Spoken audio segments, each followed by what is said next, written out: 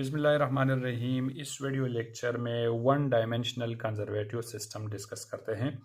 तो statement given है कि consider a particle is moving along one dimension due to the action of a single conservative force. जैसे कि एक particle है यानी यानी वन डायमेंशन मूव हो रहे under the action of a single conservative force, यानी एक कंजर्वेटिव फोर्स इसके ऊपर एक्ट कर रहे। Let x naught be the initial position and x be the final position of a particle। जो particle है x naught इसका initial position है and x be its the final position of a particle, यानी जो final position है particle का वो x है।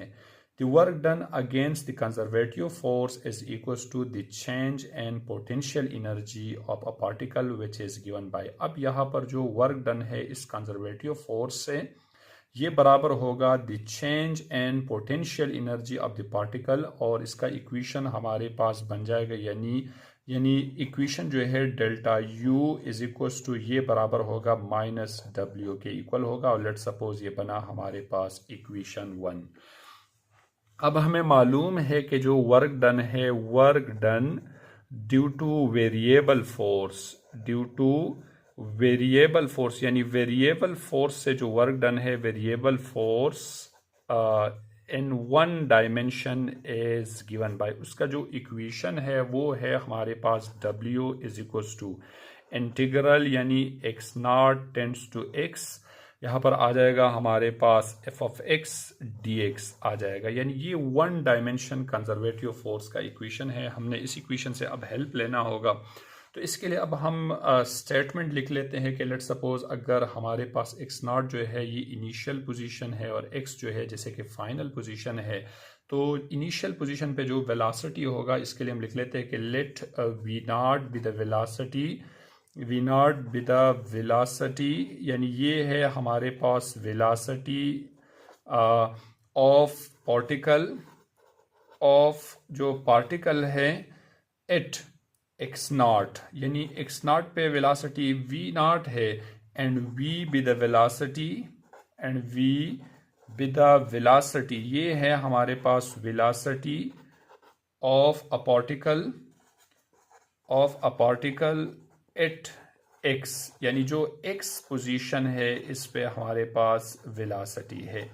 तो अब आ जाते हैं यानी वर्क एनर्जी थ्योरम के ऊपर। Then according to work energy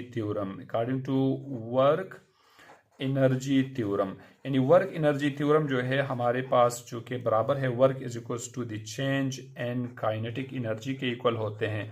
तो इसके लिए हम इक्वेशन ये लिख लेते हैं कि यहाँ पर हमारे पास W जो है ये बराबर होगा the change and kinetic energy के इक्वल होगा। एक इक्वेशन हमारे पास ये बना।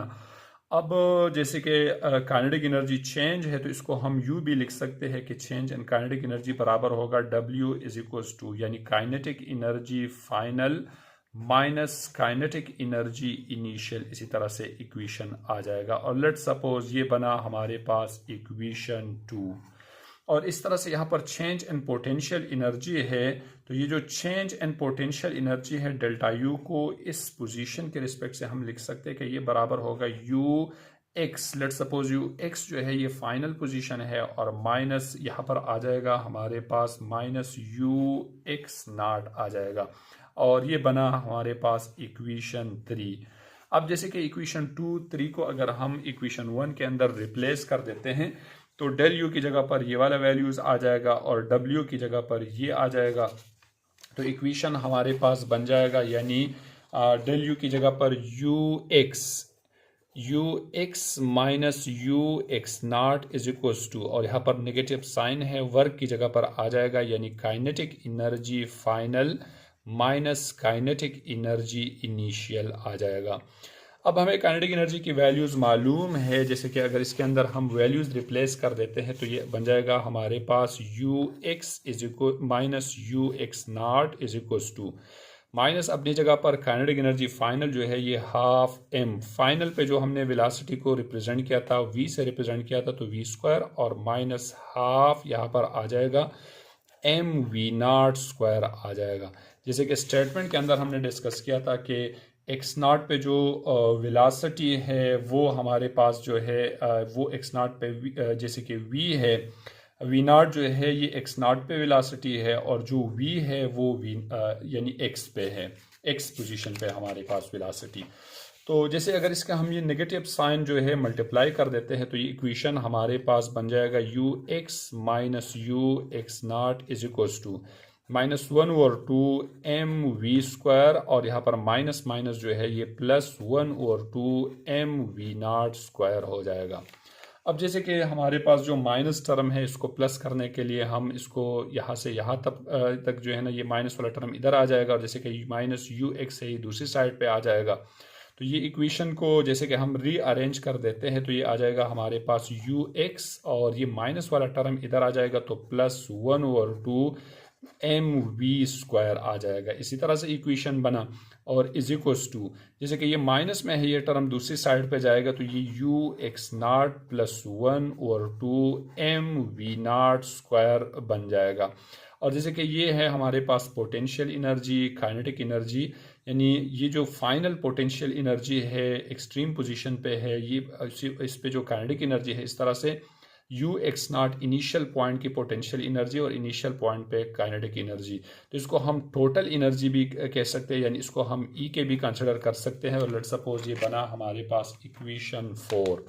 जैसे इक्वेशन 4 जो है हमारे पास जो कंजर्वेशन ऑफ एनर्जी है इसका इक्वेशन बना, यानी इक्वेशन 4 जो है ये इक्वेशन हमें रिप्रेजेंट करा रहे कि U X +1/2 mv² is equal to U X naught +1/2 mv0² is equal to ई।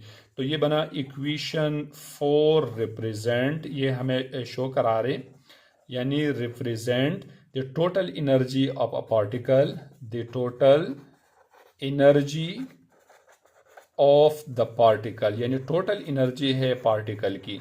इसी तरह से यानी हमारे पास है law of conservation of energy, यानी इसको हम law of conservation of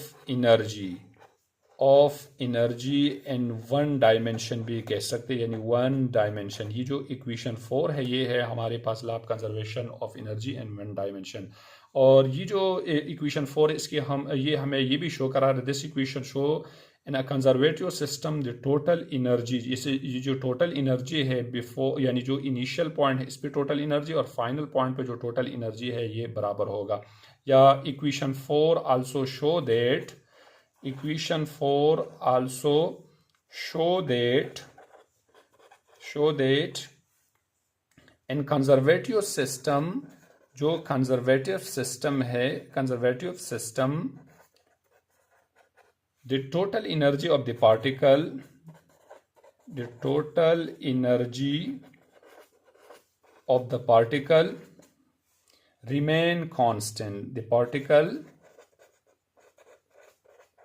remain constant, यानी ये होगा रिमेन कांस्टेंट, यानी इनिशियल पॉइंट पे और जो फाइनल पॉइंट है इस पे हमारे पास एनर्जी रिमेन कांस्टेंट होगा। तो ये था concept one dimensional conservative system related. अल्लाह हाफिज़।